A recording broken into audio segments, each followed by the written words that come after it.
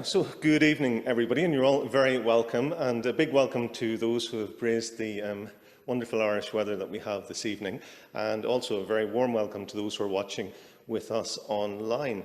And tonight it's our privilege to have the first of the autumn lectures by the Follies Trust. And so without any further ado, I'm going to hand over to Primrose.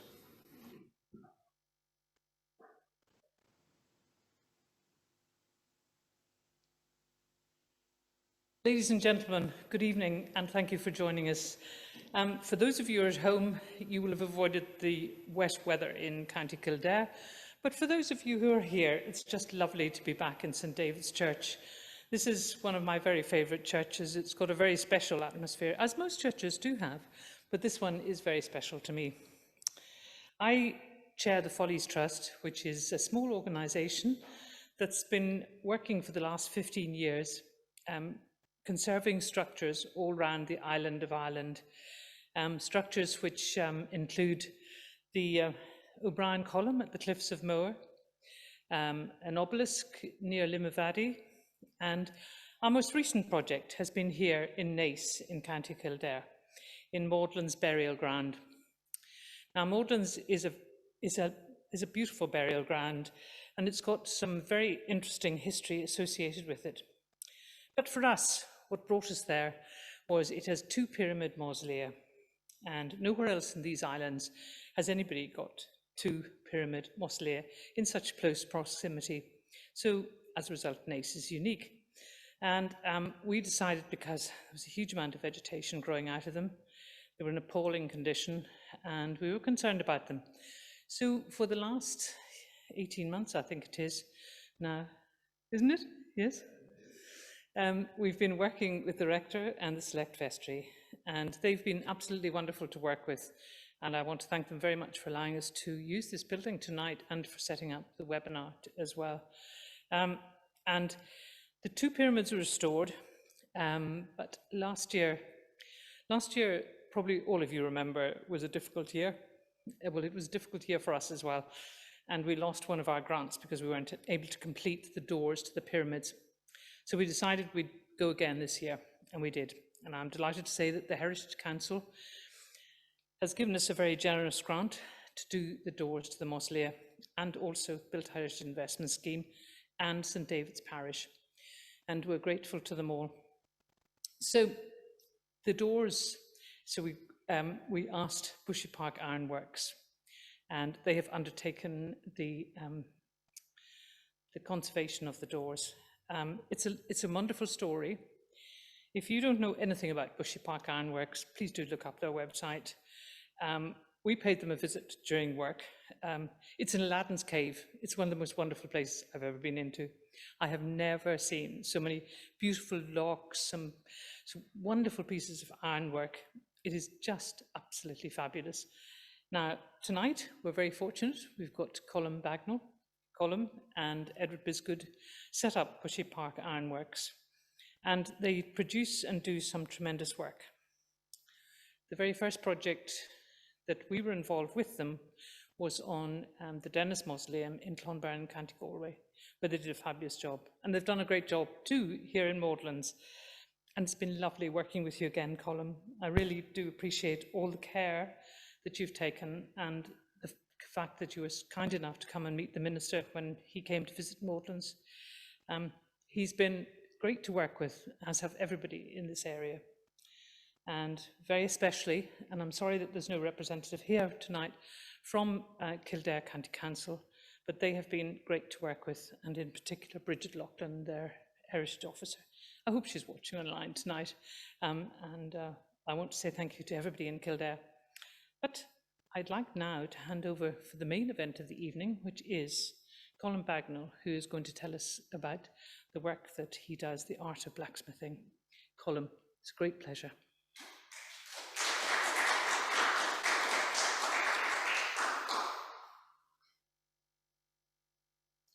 Thank you, Primrose.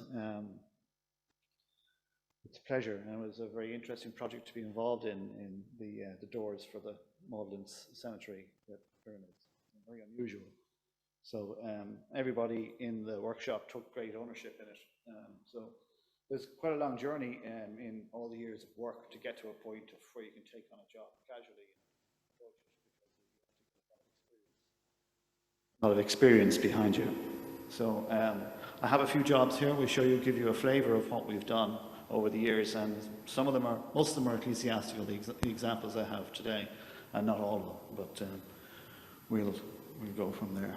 So the Coulson Memorial is in Lisburn Cathedral, and it was a cast iron grave, cast iron railings around a grave. Excuse me. And this is the condition when we went to visit. We get to see metalwork in a lot of distressed condition when something that's 100 years old and it's reacted against the stone and the elements, and maybe a lack of care and people have forgotten about it, and then so you have to try and piece it back together. You can see the railings are all sort of pretty distressed, lots of parts missing, and all this is held together. It's mostly cast iron, and it has little iron pins in it, and they're all leaded together in the holes, and so it's quite. You wouldn't think it would be as robust as it is. Excuse me. But after we removed all the paint and all the old corrosion, you start to see the detail that's underneath the different finials and the way it comes together. You see the bucket there, or a collection of fragments and parts. You never know. You can't throw anything away. So as we took it apart, you could see where the finials on the top were separate to the bars underneath, and they were held together through the bar with an iron pin, and the iron pin just corroded over time, and everything was ready to fall apart. A lot of these particular little dog bars, finials, were missing, so we picked out the best one and used it as a pattern to cast new ones. And where we couldn't completely replace, we brazed. We used brass to join the old elements together, as it was the softest and easiest way to join the old cast iron. And here you can see the brass at the joint where they were all brought together.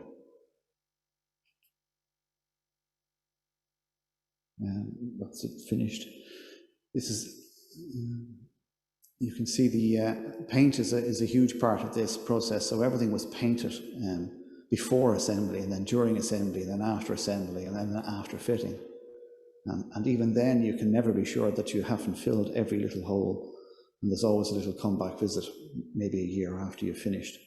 But this particular job was good satisfaction in it, and it came at a very difficult time economically as well for everybody, for the client, for us, so it was really satisfying to bring it to the end.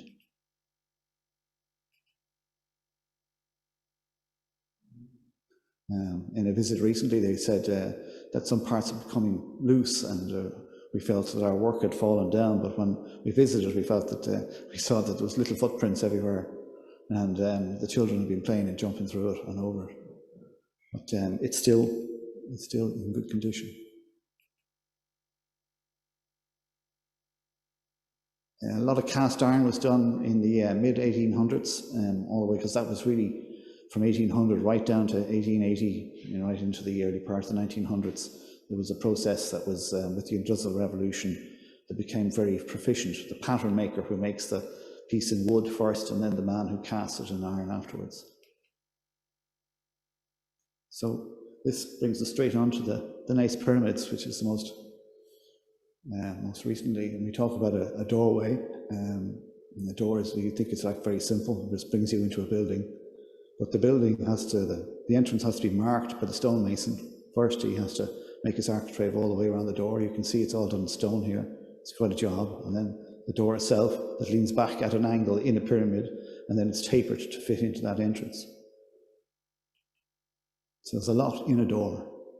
See, corrosion has taken its time, or it has really taken its toll, should I say, on the door. And because iron in sheet form wasn't available in large sheets, they made the doors out of several sections joined together with lats across the back and front. And here you can see an assembly of old repairs to hold it together as it starts to come apart. And you see the daylight shining through the door there as we open it up for removal, just showing you the condition. And these are the two doors in the workshop. Wasn't really evident until we removed them and brought them to the workshop that they were two very different sizes, one small and one larger, and made in different sections as well. So there's a different time scale between the making of both doors. The smaller door is made out of angle iron and a heavy solid section, which would probably say it's younger than the bigger door, because the angle section was a more mass-produced item towards the end of the 1800s. This is the back of the smaller door, and you can see all the rivets holding it together that hold the plate on, and this is solid. On the left-hand side there, you can see the rivets going through a solid iron bar. There's quite a lot of work and effort. Someone went to drill all those holes and put those rivets in. Maybe they hot punched them, but more than likely drilled them. So the door is probably the younger of the two. Takes quite a long time to get all those, as they were hot riveted in. You have to cut the head off and then center punch the center and then drill out each rivet. Now these are the blanks of the new rivets made out of recycled wrought iron from actually some parts of the strapping from the doors we used. We forged it down, and this is them before they were domed.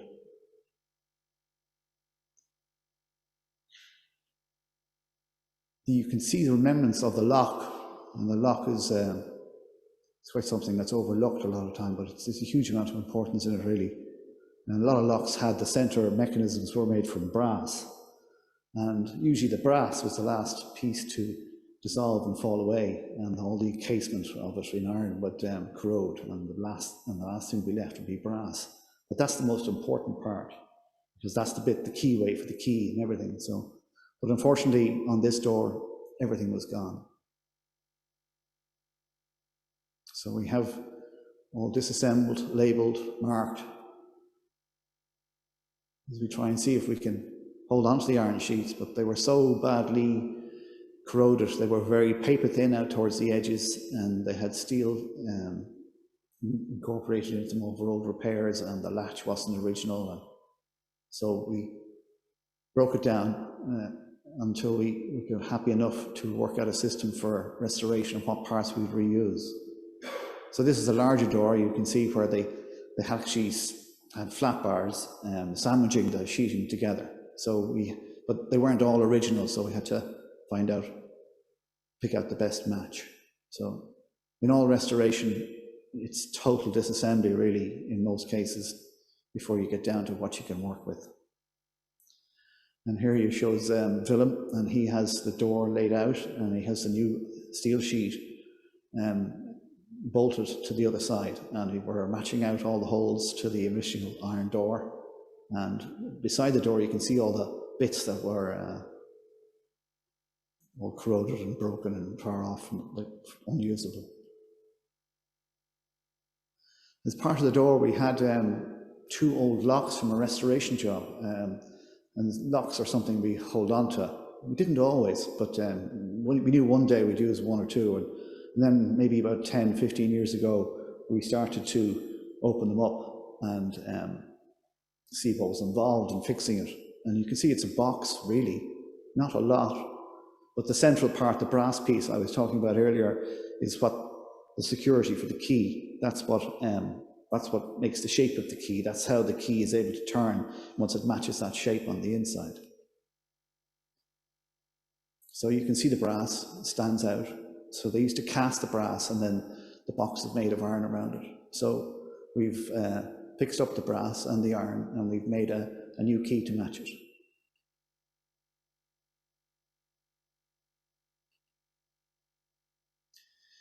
Here we've both the steel sheet is back from, we had it galvanized, dipped in hot zinc, and we've painted all the iron frame before we put it together, because you need to have everything painted before you put together to avoid corrosion in the trapped areas. So we bolt everything on, and as we rivet, we take out the bolt, we put the rivet in, and then hot rivet it together. Same on both doors.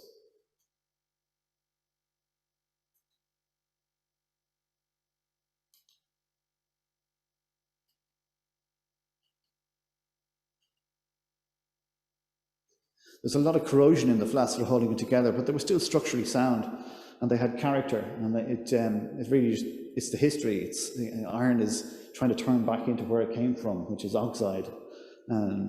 So we stop it. And how do we stop iron from corroding further? And it's paint, really. Unless we were living in Spain or France, where we don't have to paint everything because you live in a nice dry climate. But in Ireland, we have to constantly fight our climate.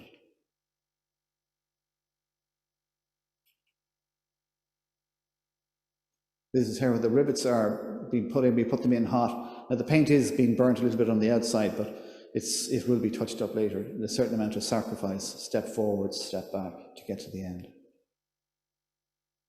These are all the rivets that are made up in iron, waiting to go on. You can see they're even painted to some degree, primered before they're put together. And the square nuts in the back are made, they're the ones that hold the locks onto the doors.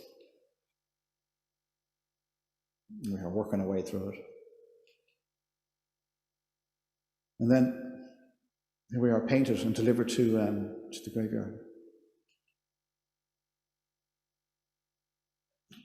There's quite a drop to the inside. Quite scary, actually. It's quite dark as you step down the stones. The steps are very big, so be careful on the day for people to go in. But if you compare that to the door on the day we took it down, it was nice to get it back in. Nervous moment too, because you've changed stuff, you've taken everything apart, and it's quite a tight fit where you're always wondering, are we going to have a problem? But in the end, we were delighted to have finished it. And there for the ribbon.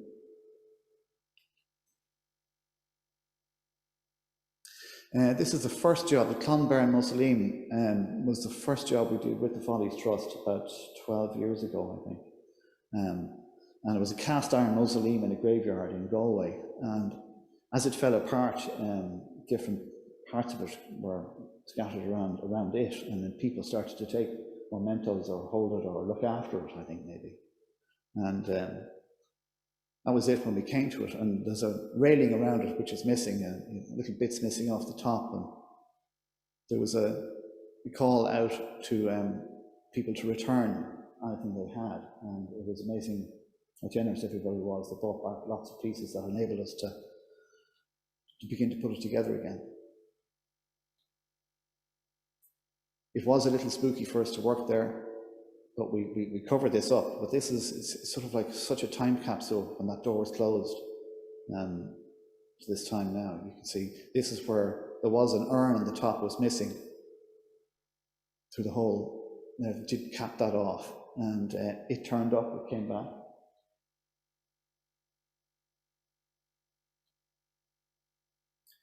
The guys are fitting the urn.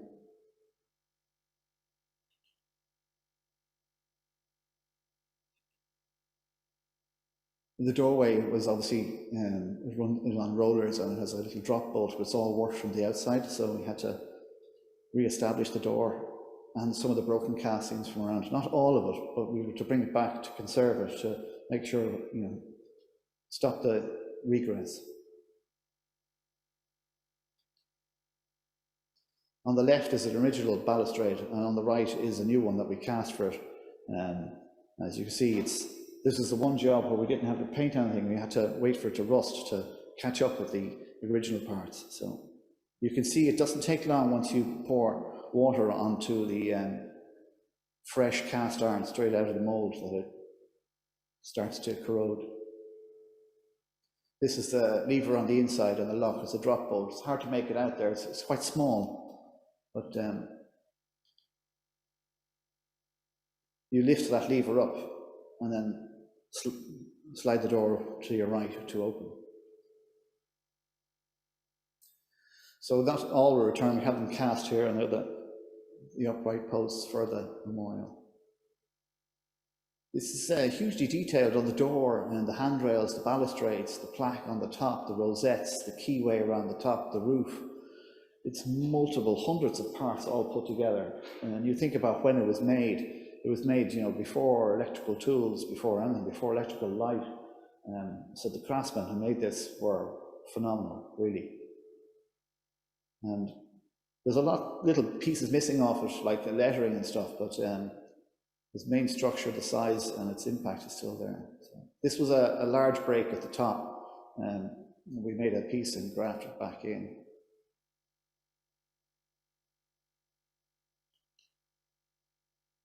That's it. They're just about taking on its rust to match the rest, and that was it finished. It was quite nice with the sunset on it and the urn on it and the handrails back around it.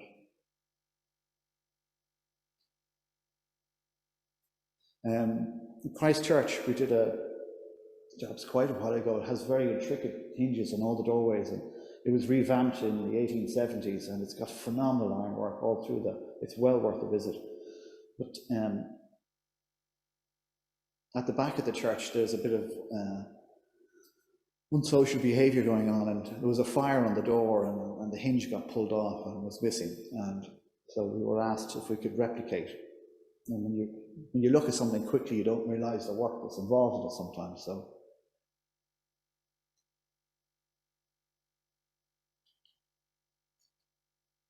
this is on the day to remove it. So there's a lot of corrosion there, and paint, and old paint. Well, this was done quite a while ago, so it wasn't pre-digital photographs, and so I apologise for the quality of photographs.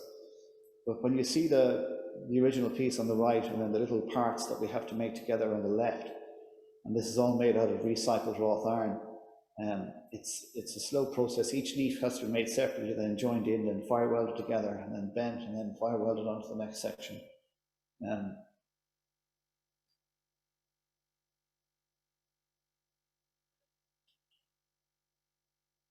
These are the multiple parts. Everything's made in multiple parts, and then you have to bring them all together. It takes, and then the old processes of joining metal, especially with wrought iron, was to put it in the fire, bring up the corners to a white spitting heat, and then put them on the anvil and fire weld them together. So you have to be concentration all the time. And then they have layers. You can see where there are little leaves on top, even after the bar is forged, and they forge little lines into the bar. Then they add a little leaf detail at the top of it, just to really frustrate the restorer.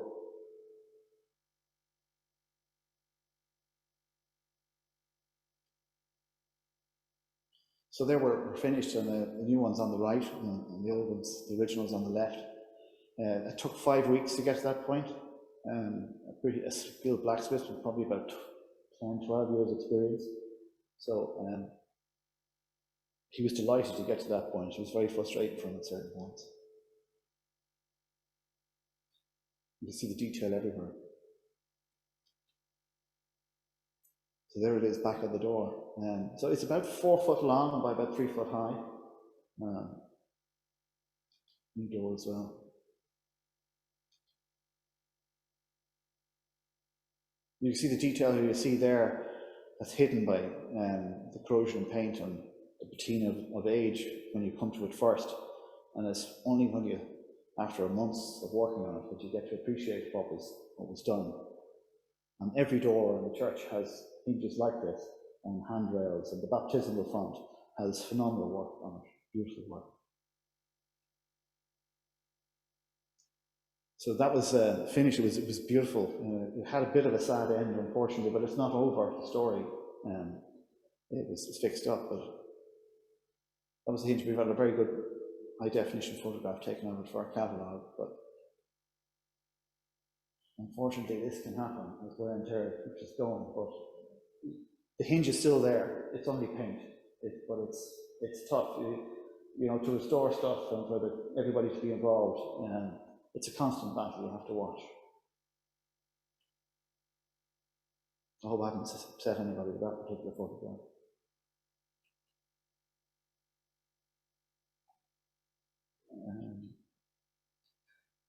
I think we've covered 3, and I think that's all of them on it so far. So I hope it's given you some idea of what work we do, and it was very enjoyable to be involved in the Naas Pyramids. Thank you very much. Thanks.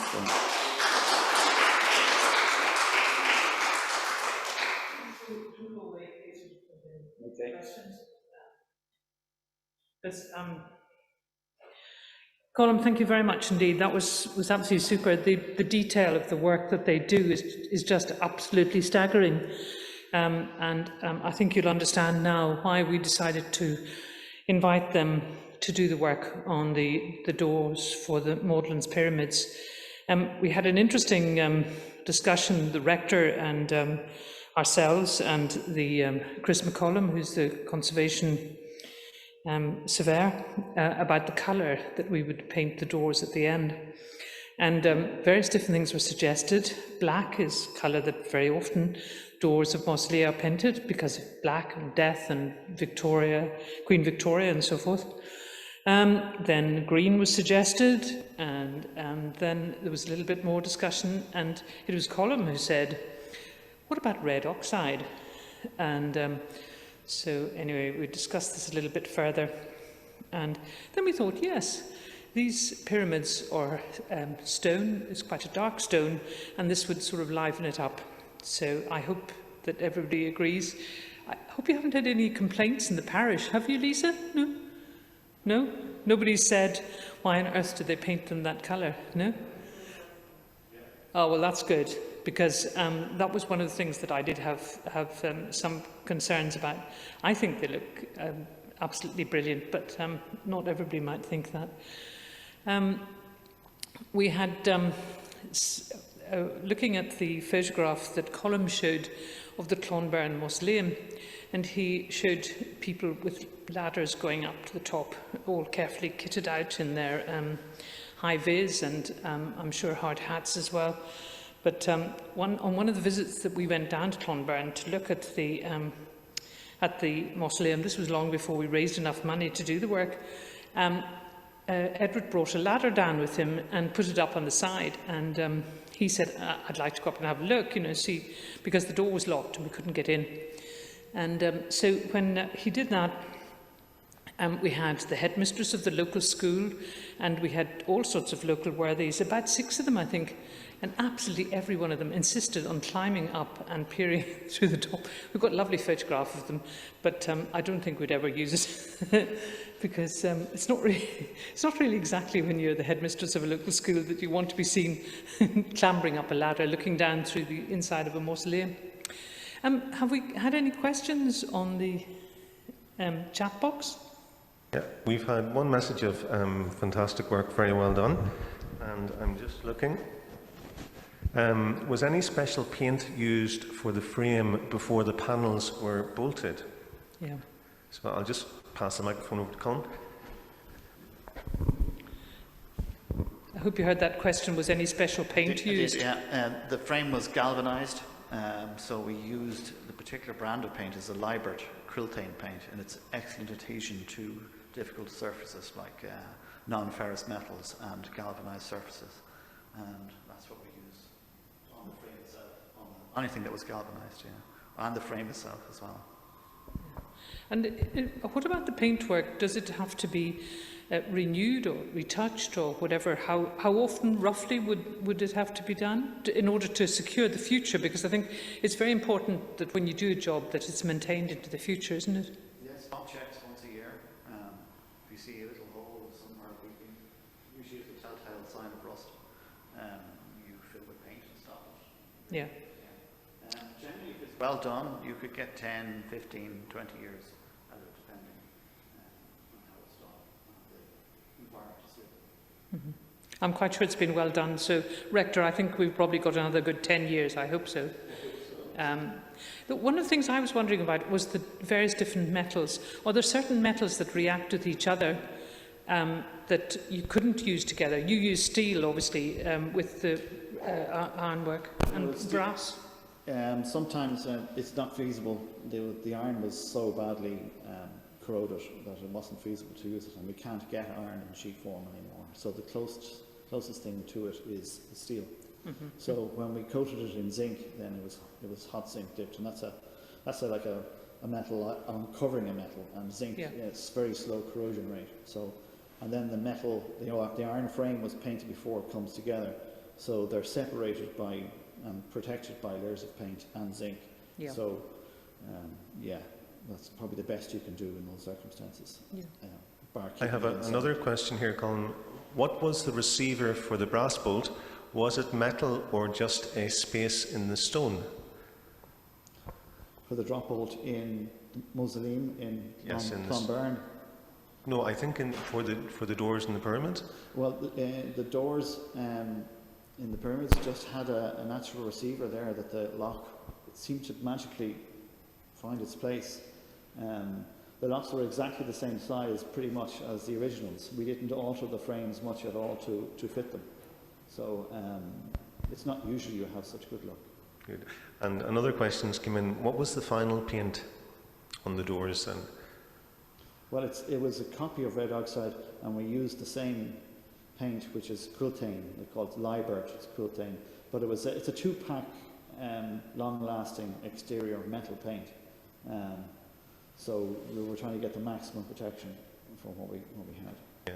And just one question for myself, as someone who had to hold the door open, it's quite a weight. What sort of weight are the doors coming in at, roughly?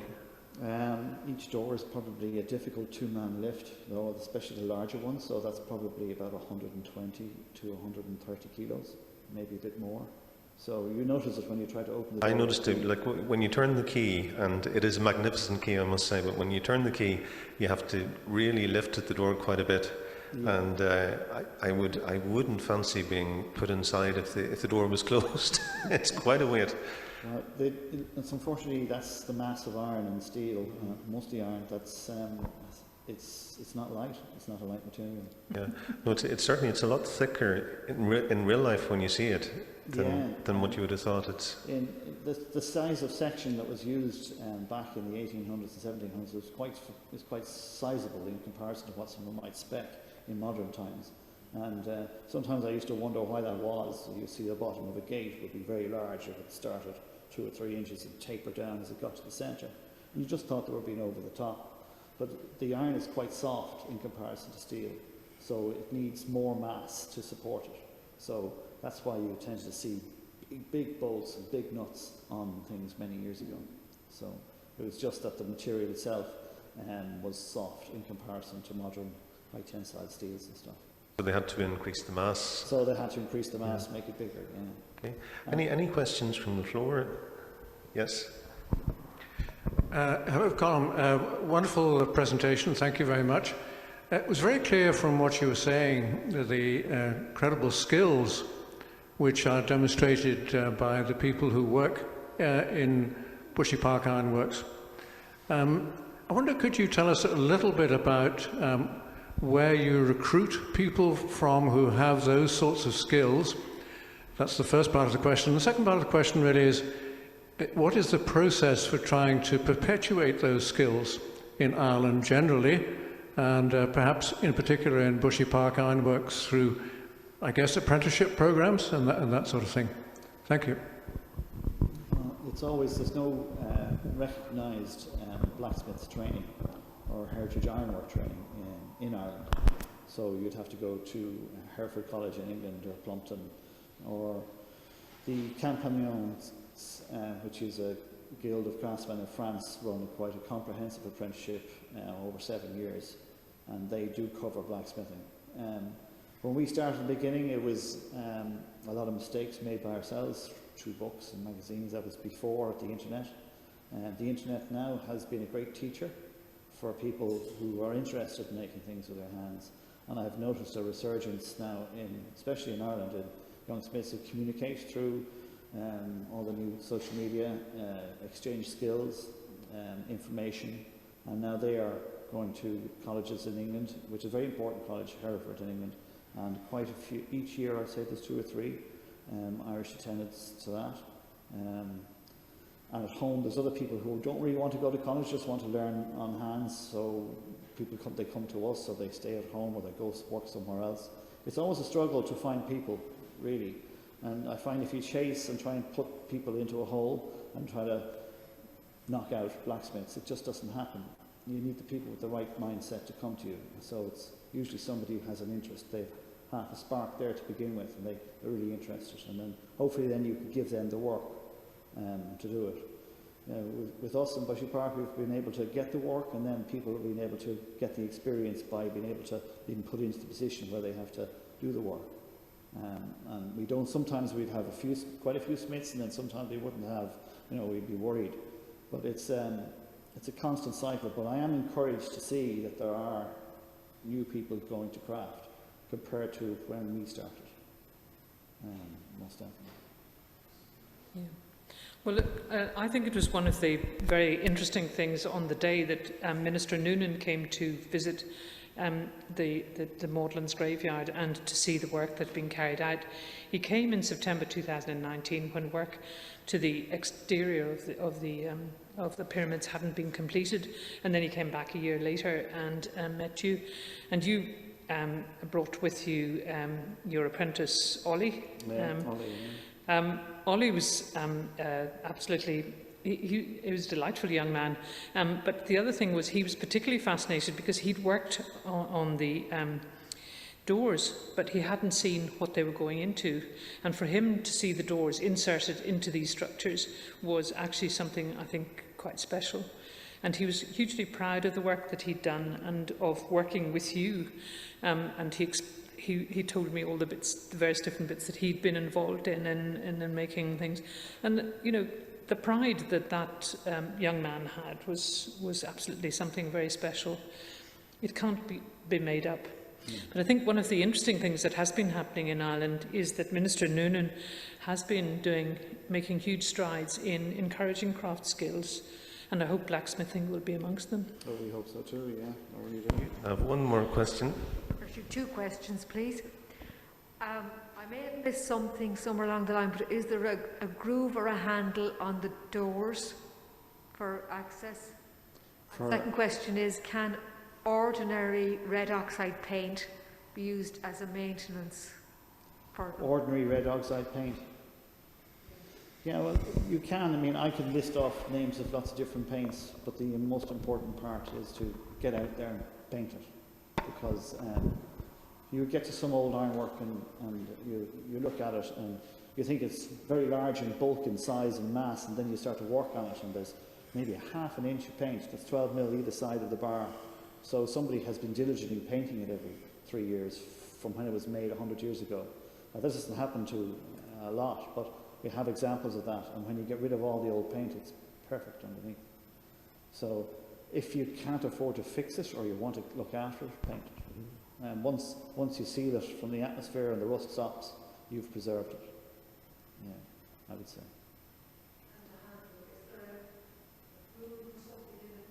When you say the handle for access into the pyramid, there was discussed to do that, but the key is quite substantial.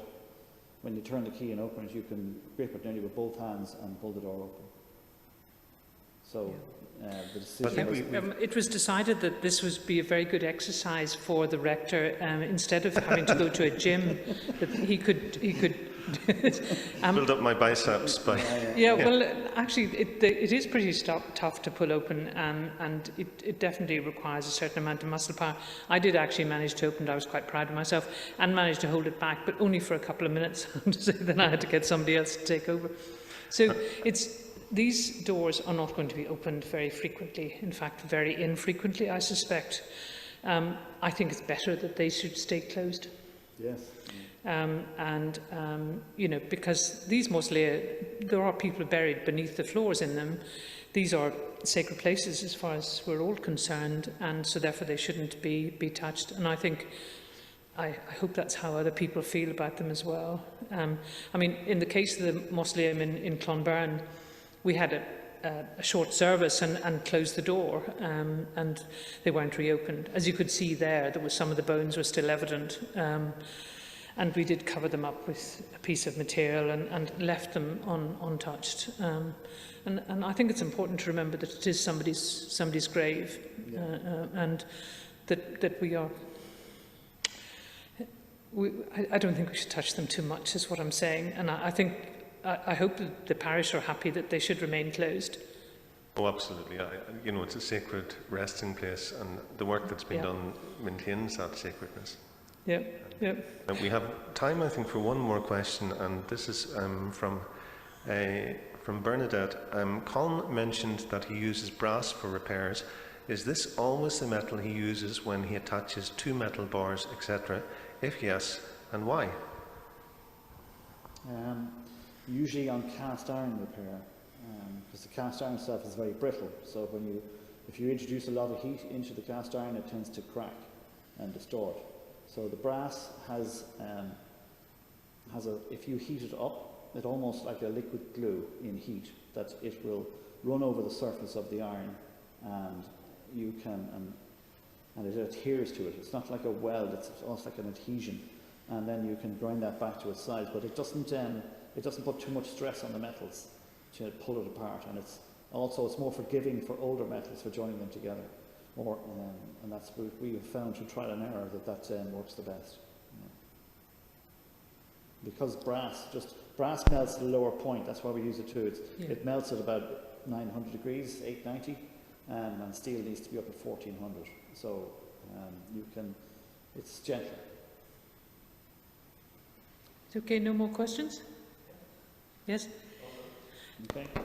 Can I just say thank you very much indeed to Colm. Thank you for a superb lecture, and thank you for doing the work. This has been something that we've much appreciated. We appreciate the professionalism, and would you pass back our thanks to everybody in the workshop who worked on it. I think this will be, I hope, on Rector on the that we'll be able to put it on our website so that people can see it in future. You know, I think great thanks to all concerned, and thank you, Colm, for coming to the lecture. Thank you, everybody, for coming. Thank you for everybody who joined us online as well. And in a month's time, on the 4th Thursday of the month, we will have Brian McCabe, who's going to speak about the history of some of the people who are buried in Magdalen's graveyard, and I think that's going to be a fascinating evening.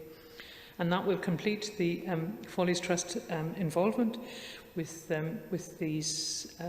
Magdalen's. And can I thank again the Rector and Lisa and the Select Vestry, who have been so gracious in allowing us to use this tonight. Thank you. So, thank you, Primrose, and thank you everybody for listening and for being here, and especially to Colm for that. It's wonderful to hear you talking about your passion and your skills, and really thank you very much. So God bless everybody, and good night.